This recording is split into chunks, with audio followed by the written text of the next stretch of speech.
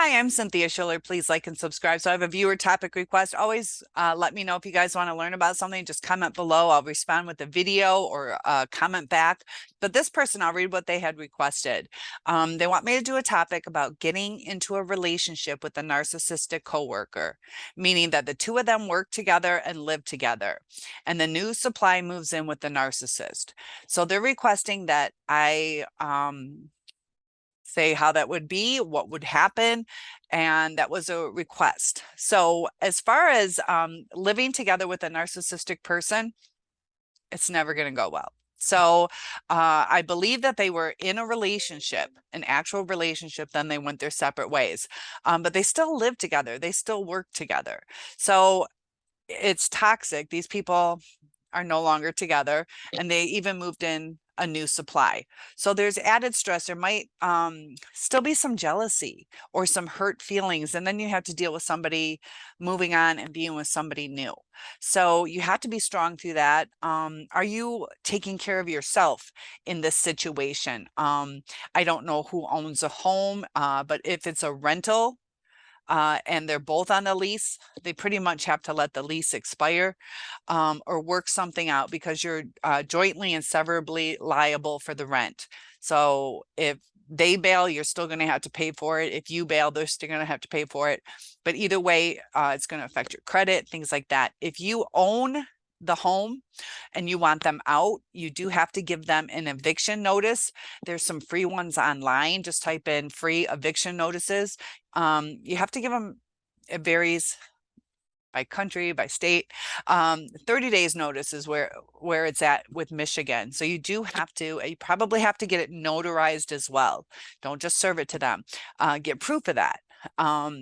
So be aware too, if you serve them those papers, you can get a process server to do it.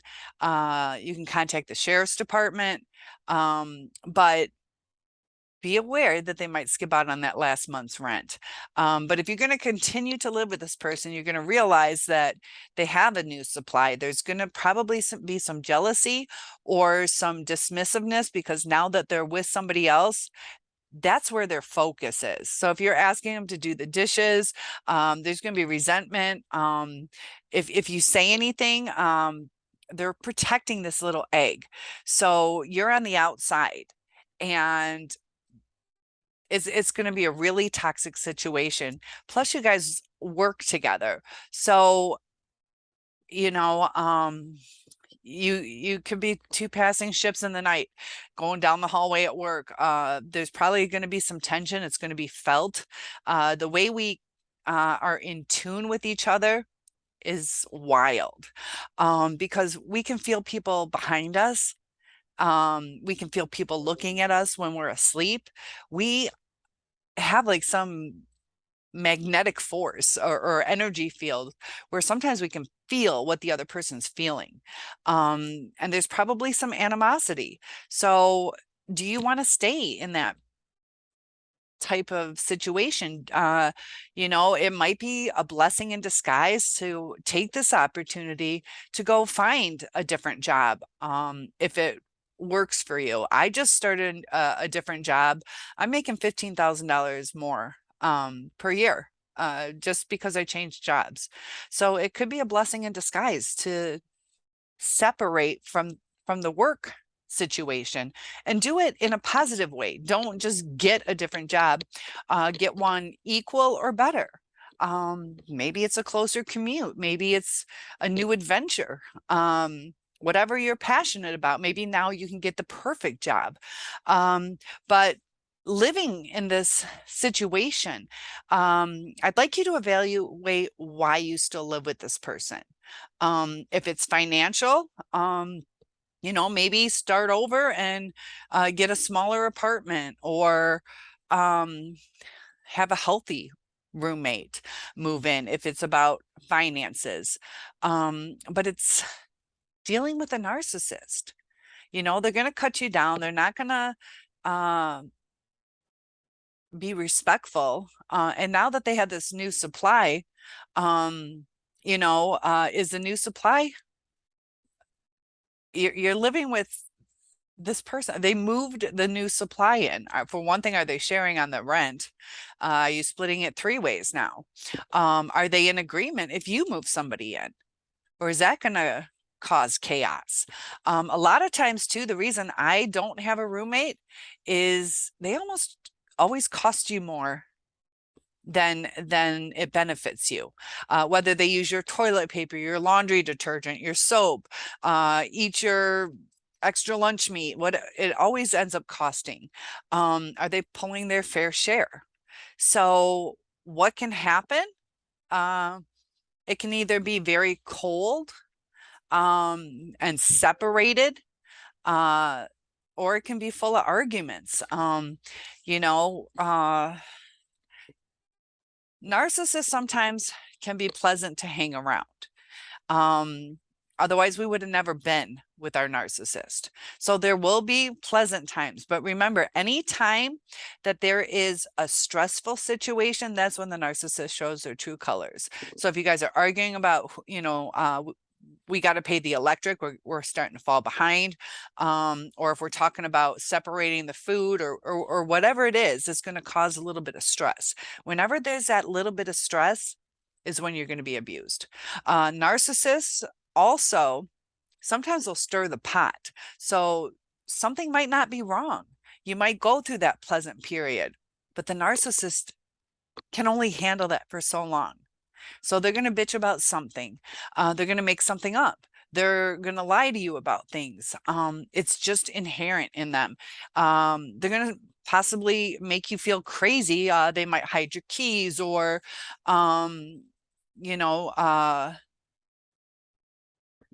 the silverware, whatever. Like they're going to make your life hell. They're going to purposely do things. Like, I don't know, put your conditioner on the way back of the other side of the cabinet. So there's no way you'd look there and you're searching and searching and you're going all over the house. They're going to waste a lot of your time. They're going to waste a lot of your time. They're going to waste a lot of your energy. And it's not going to feel safe. And I want you to think about this right now. If you were happy in the situation, Mr. Viewer, with all due respect, you probably wouldn't be asking, like, how's this going to work for us? You see the red flags, and I want you to take that to heart. You wouldn't be reaching out to me if it was working. And I'm glad you definitely reached out. The more we know, the easier life gets. We can make better decisions. My suggestion is separate. You guys aren't together, separate. Take the opportunity to possibly get a new job. That's up to you. I don't know what you do, how, pensions or retirement. But keep it low contact. Don't deal with the stress. And since you guys aren't together, I mean, she's living with somebody like I wouldn't like that. I mean, sometimes I'd like us to ask ourselves, why do we do what we do? It's easier not to move. It's easier to show up at the same job every day, but is that the healthiest way? Are you avoiding handling the situation? I don't live with my ex. I took the steps to move out. I took the steps to rebuild. You're only stifling yourself. If you think about it too, if you're going to begin dating again, and you want to move somebody in or something like that, or even just dating again, as an outsider, if you told me, oh, I live with my ex, but she has a new person, that's still going to be uncomfortable for me. And this is just to be aware of, this is just me, but I'm like, you still live with your ex? Like, I don't care if you have roommates helping pay the bill, but your ex, it's kind of like, have you not let go? And am I going to want to start a relationship with you if it feels like a red flag? It feels like you haven't moved on. So work on your life. If you want a new person in your life, are you building the best situation for that? I had just had a this person on Facebook, I've never met him, but he kind of was like asking me out type stuff. But I've never met him. I have like Facebook friends because I used to have a costume business and I just accepted everybody. It was kind of like advertising. But he reached out to me and he said, I smoke. Is that going to be a problem? And he's like, nobody, like he hasn't had a date in a long time because he smokes. And he's like, there are some people who won't deal with it. And so he's angry about that.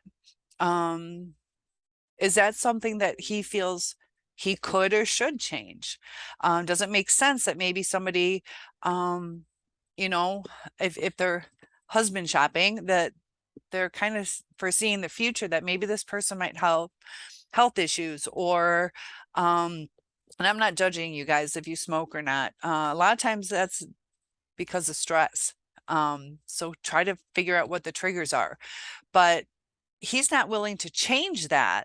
So he's getting, I don't know, half the women instead of all the women that he could as opportunities to ask out. So with you living with somebody who is your ex, you're just shrinking that pool, just like the smoker is shrinking his pool of possibilities. So we want to do what we can to enlarge our possibilities, to have the best life possible, to not shut out certain possibilities. And you living with your ex could cause problems that way.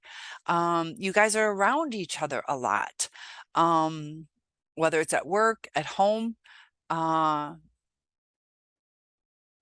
you broke up because either disrespect or stress, poor communication, and is it a good idea? It's anytime there's going to be a stressful situation, it's going to blow up in your face. And if you're doing it to save money, maybe do an eviction and move a buddy in instead of an ex. I think that would be the healthiest thing. I don't know what this new supply is like. So if the new supply is with this narcissist, that's going to get toxic and it's going to stimulate the narcissist to do their abusive tactics. I don't know what your narcissist was. Were they physically abusive, verbally abusive? You're either going to be listening to arguments, you're going to get holes in your wall. Maybe there's physical fights, blood stains, calling the cops, taking somebody to the hospital. It's just not good. It's just not good. Can it be done? Yeah, it can be done. But should it be done? You can live with a toxic person, but they're going to take away some of the joy from your life. They're going to stifle you. They're not going to follow through on commitments. They're going to cause you a lot more heartache. And, be careful if you're the one owning the home. Any damage done, they're not going to make good on it. They could up and leave without notifying you. So you're going to be in a sticky situation for your finances. If you need the lawn mowed and you guys decided to do every other week, you guys switch off, and then that person, they don't give a crap. They'll put their needs ahead of yours. Maybe they want to go out of town. So now your yard's not mowed, and depending on your township or whatever, do they have where you can get a ticket for not having your lawn done? Some places do that.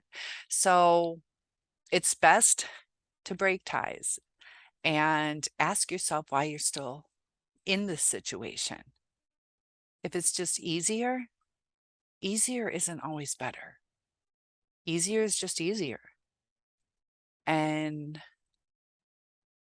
there are ways to finagle finances. I've created so many of my own companies, businesses, ways of income, because I don't want to be reliant on somebody. I'm always self-sufficient. I set up 2 different things, so I'm always having income. Be proactive on that kind of stuff. and you can get a different renter. And I know sometimes it gets scary because, you want to know who your roommate is, but there are other ways. Downsize for a little while, save your money and get your perfect little castle that you can reasonably afford. And I hope that was helpful. But a toxic person is always going to be toxic, and then you're bringing in a new igniter, somebody who's going to I wish I had the right word, another person who's going to ignite the fuel of that narcissistic rage. And then a lot of times, now that you're in this situation, you might be what gets abused. So if they're having their arguments, they're arguing, and then person goes off to work, they're going to take it out on you. You're going to have to deal with it. Or they're going to try, but there's still that unsettledness. They're going to lash out on you because they're going to keep this good while they can. They don't have empathy, so they don't like boundaries. And please comment below. Thank you for this topic request. But comment below on what you guys think. And also, I'd like to know a little bit more about this viewer's reason for staying in this situation. And if they're considering possibly not working with that person. I don't know how toxic it is in the workplace for them, how much one-on-one, but be careful. If that narcissist gets mad at you and you guys work together, don't put it above them that they won't go to your boss and try to get you fired or try to get you reprimanded or take credit for what you've done. Narcissists are very sneaky, and they might do it for fun. They might start to have a competition with you. You want to get that manager position, and this person, the narcissist, might not have ever crossed their mind. They might not even want it, but they don't want you to have it. So they'll make sure that they take that. They'll fabricate things. We know that narcissists love to make up stories. They'll make up stories to put you down. They'll make up stories to put themselves above you and fool the boss. Great question. It's not a good idea. What's going to happen? Let's not find out. So it's just not good. It's just not good. And times are tough. Times are tough. But like I said, with that smoker scenario, yeah, you can do it just like he can smoke, whatever. But he's cutting out some of his possibilities. And I don't want you to cut out your possibilities.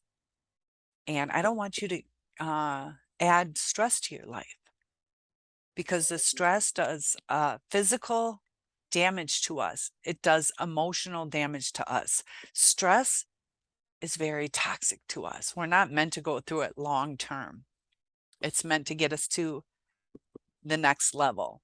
And that's kind of where you're at. You're feeling the stress and you're reaching out. What do I do?